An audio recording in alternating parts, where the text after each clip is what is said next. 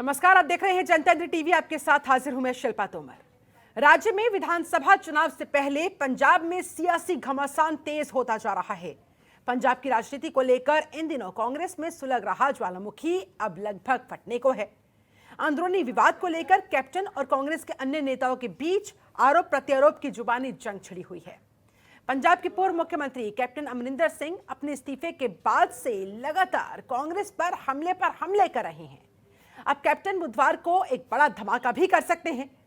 मंगलवार को कैप्टन अमरिंदर सिंह ने ट्विटर पर एक पोस्ट शेयर करते हुए बताया कि वो 27 तारीख बुधवार को चंडीगढ़ में प्रेस कॉन्फ्रेंस करेंगे।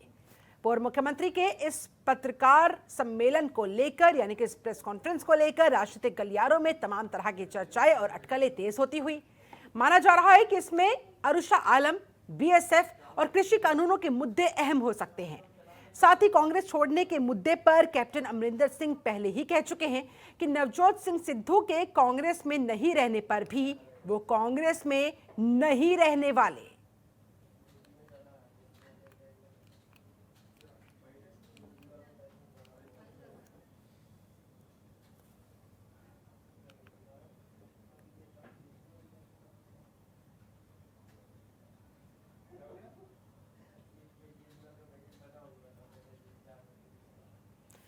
वहीं हिसार में हरियाणा के मुख्यमंत्री मनोहर लाल एयरपोर्ट पर पहुंचे, जहां इस दौरान उन्होंने बीजेपी कार्यकर्ताओं के साथ मीटिंग की, उनका हालचाल पूछा। बीजेपी के पूर्व महामंत्री सुजीत कुमार ने छठ पूजा के लिए सीएम से समय मांगा, वक्त मांगा। मुख्यमंत्री मनोहर लाल ने ऐसा रनवे का निरीक्षण किया। इस दौरान सीएम ने बरवाला और धासू रोड को बंद किए जाने की कार्रवाई के बारे में भी संबंधित लोगों से सारी जानकारी ली, जिस पर डीसी प्रियंका सोनी ने बताया कि वैकल्पिक रोड की मांग ग्रामीणों की ओर से की गई है और उस पर काम जारी है।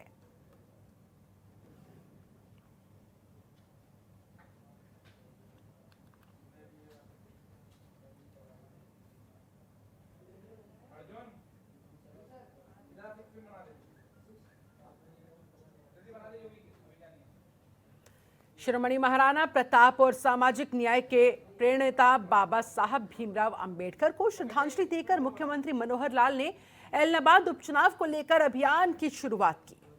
हल्के के रंधावा गांव में मुख्यमंत्री ने एक जनसभा को संबोधित किया और कहा कि 17 सालों से विपक्ष में बैठे एलनाबाद को अब सरकार के साथ चलने, विकास की लड़ाई लड़ने वाले विधायक की आवश्यकता है। साथ ही मुख्यमंत्री के साथ मंच पर सांसद सुनीता दुग्गल, कैबिनेट मंत्री चौधरी रणजीत सिंह, जेजेपी के नेता निशांत सिंह और अभय चौटाला भी मौजूद रहे।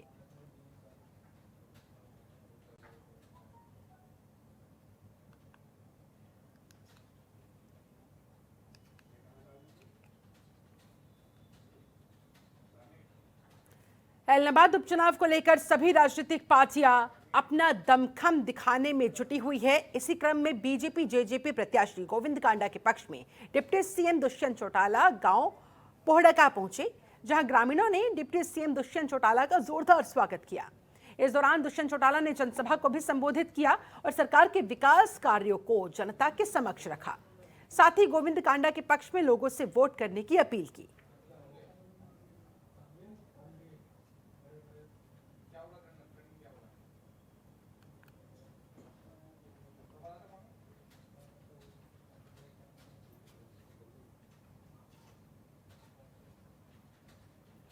वहीं पंजाब के पूर्व मुख्यमंत्री कैप्टन अमरिंदर सिंह के नई पार्टी बनाने पर हरियाणा के गृह मंत्री अनिल विज का बयान सामने आया। उन्होंने कहा, पंजाब कांग्रेस में बहुत कुछ हो चुका है, उससे अगले विधानसभा चुनाव में उनका बंटाधार होना तय है। चंडीगढ़ में मीडिया से बातचीत करते हुए अनिल विज ने कहा, इस वक्त पंजाब कांग्रेस के गुटबाजी की अगर बात करें तो वो चरम पर पहुंची हुई है। सभी एक दूसरे के खिलाफ मुद्दा बनाकर पार्टी को कमजोर करने में लगे हुए हैं। उनके मुताबिक पाकिस्तान के पत्रकार और अरुषा आलम और पूर्व मुख्यमंत्री कैप्टन अमरिंदर सिंह के संबंधों को कांग्रेस पार्टी के नेता ही मुद्दा बनाकर एक दूसरे के खिलाफ इस्तेमाल कर रहे हैं। पंजाब में बीएसएफ का दायरा बढ़ाकर 50 किलोमीटर किए जाने पर अनिल विज ने कहा, देश की सीमाओं को सुरक्षित करना केंद्र सरकार की जिम्मेदारी होती है और केंद्र में अपने दायित्व का ही निर्वहन किया गया है।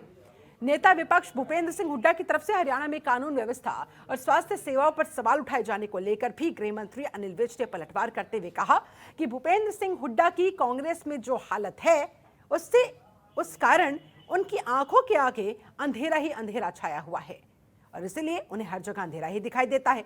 भूपेंद्र सिंह हुड्डा की सरकार में हरियाणा के स्वास्थ्य विभाग का 1600 करोड़ रुपए का बजट था, जो आज हमारी सरकार में बढ़कर 5500 करोड़ का कर दिया गया है।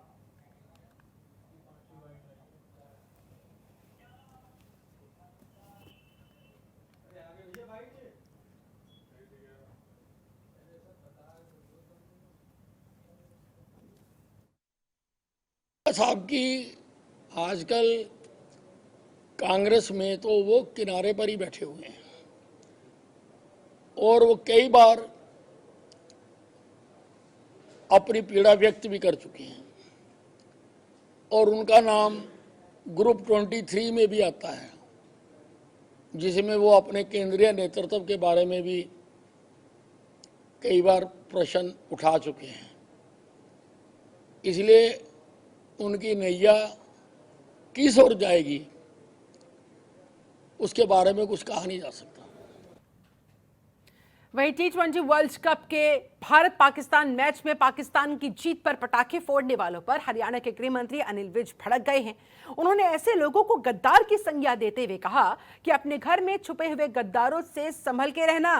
दुबई में हुए Bharat Pakistan T20 world cup मुकाबले में पाकिस्तान की जीत पर जश्न मनाने वाले लोगों पर कटाक्ष करते हुए अनिल विज ने कहा कि ये खेल है और खेल में हार जीत तो होती रहती है, लेकिन भारत के हारने पर जो भारत में खुशियां मनाकर पटाखे फोड़ रहे हैं, ऐसे लोगों का डीएनए भारतीय हो ही नहीं सकता।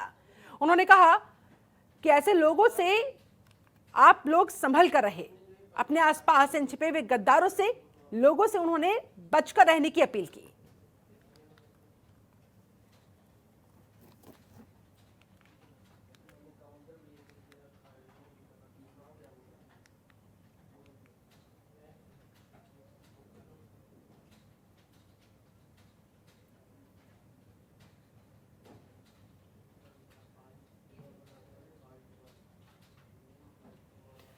कांग्रेस की बैठक में राहुल गांधी और प्रियंका गांधी समेत कई नेता मौजूद रहे। ये बैठक सदस्यता अभियान, महंगाई के मुद्दे पर शुरू होने वाले जन जागरण अभियान और अगले साल होने वाले विधानसभा चुनावों की तैयारियों पर चर्चा के लिए बुलाई गई थी। इस बैठक में लोकसभा सांसद अधीर रंजन चौधरी और नवजोत सिंह सिद्धू भी शामिल रहे। सुनिए क्या कुछ कहना है कांग्रेस के वरिष्ठ नेता एवं हिमाचल प्रभारी राजीव शुक्ला का, जिनसे बातचीत की हमारी संवाददाता ममता चतुर्वेदी ने। देखिए, कांग्रेस के वरिष्ठ नेता राजीव शुक्ला जी हमारे साथ हैं। अगर बैठक की बात करें तो वो कौन कौन से मुद्दे थे जिसको लेकर चर्चा हुई? देखिए, एक सदस्यता अभियान पर पूरी चर्चा, एक देशव्यापी 1 नवंबर जो सदस्यता अभियान हो गया उसको कैसे पूरा किया जाए, क्योंकि बहुत बड़ा काम है वो। उसी से आगे कांग्रेस अध्यक्ष का भी चुनाव होना है। और दूसरा जन जागरण अभियान, जिसमें जो आंदोलन चलाने हैं देशव्यापी, उस पर विस्तार से चर्चा हुई। आपके पास हिमाचल प्रदेश की भी जिम्मेदारी है, कितनी बड़ी चुनौती मानते हैं आप? नहीं, चुनौती है, लेकिन हमारी स्थिति बहुत अच्छी है। मुझे लगता है चारों उपचुनाव में नतीजा बहुत अच्छा निकलेगा। वक्त देने के लिए शुक्रिया। कैमरा पर्सन सुनील के साथ ममता चतुर्वेदी, जनतंत्र टीवी, दिल्ली। हरियाणा में कांग्रेस विधायक दल के नेता भूपेंद्र सिंह हुड्डा की अगुवाई में चलाए जा रहे विपक्ष अपने आपके समक्ष इस कार्यक्रम को लेकर गुटबाजी भी अब सामने आ रही है। प्रोग्राम शुरू करने से पहले कांग्रेस की प्रदेश अध्यक्षा कुमारी शैलजा ने इसे पार्टी का प्रोग्राम मानने से इनकार कर दिया था। वहीं अब इस पर पलटवार करते हुए वरिष्ठ कांग्रेसी नेता और नेता विपक्ष ने कुमारी शैलजा पर निशाना साधा। भूपेंद्र सिंह हुड्डा ने कहा, जो लोग विधायकों को कांग्रेस पार्टी का सदस्य मानने से इनकार करते हैं तो इन विधायकों को निष्कासित कर देना चाहिए। इसी के साथ हरियाणा में बीजेपी सरकार के 7 साल पूरा होने को लेकर भी नेता विपक्ष भूपेंद्र सिंह हुड्डा ने सरकार को जमकर घेरा। उन्होंने कहा कि 7 साल के दौरान प्रदेश के सभी वर्गों के लोग सरकार से नाखुश हैं। सरकार का हर विभाग पूरी तरह से फेल साबित हुआ। प्रदेश में अपराध बढ़ता जा रहा है। ईज ऑफ डूइंग की रैंकिंग में हरियाणा का स्थान गिरकर 13वां रह चुका है। प्रदेश में बेरोजगारी की लंबी लंबी लाइनें लगी हुई है, जो सरकार को दिखाई नहीं देती। खाद, डीएपी खाद की किल्लत के चलते किसान हद दर्जे के परेशान हो चुके हैं, लेकिन मानो सरकार को कोई परवाह ही नहीं।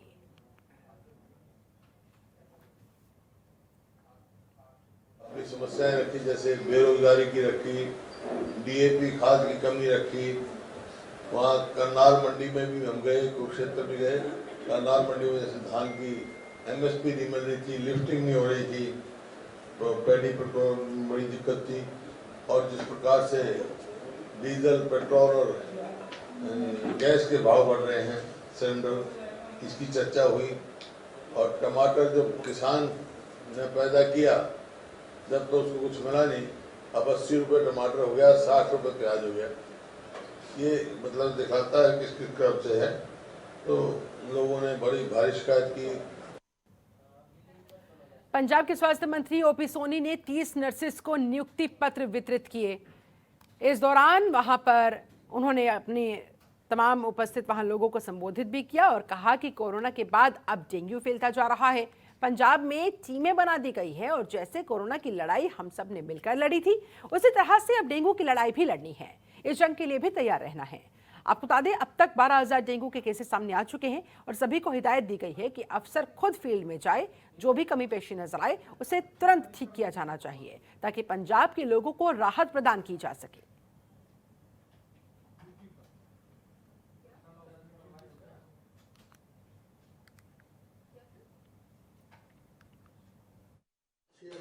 नर्सेज ਲਈ ਜਿਹੜੀਆਂ ਅਸੀਂ ਅੱਜ ਤੱਕ ਕੋਰਸਾਂ ਕੀਤੀਆਂ ਸੀਗੀਆਂ, ਉਹ ਬਾਬਾ ਫਰੀਦ ਯੂਨੀਵਰਸਿਟੀ ਵੱਲੋਂ ਸਾਰੀਆਂ ਜਿਹੜੀ ਕੋਰਸਾਂ ਸੀ ਸਾਰੀਆਂ ਫਿਲ ਕੀਤੀਆਂ ਗਈਆਂ ਨੇ।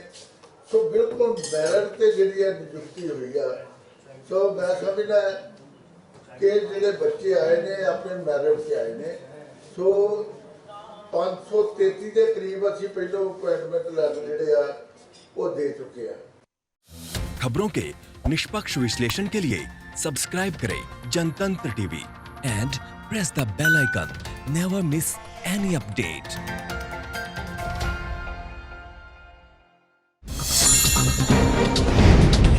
डाउनलोड कीजिए जनतंत्र टीवी ऐप को, जो कि अवेलेबल है गूगल प्ले और ऐप स्टोर पर। अधिक जानकारी के लिए अभी डाउनलोड करें।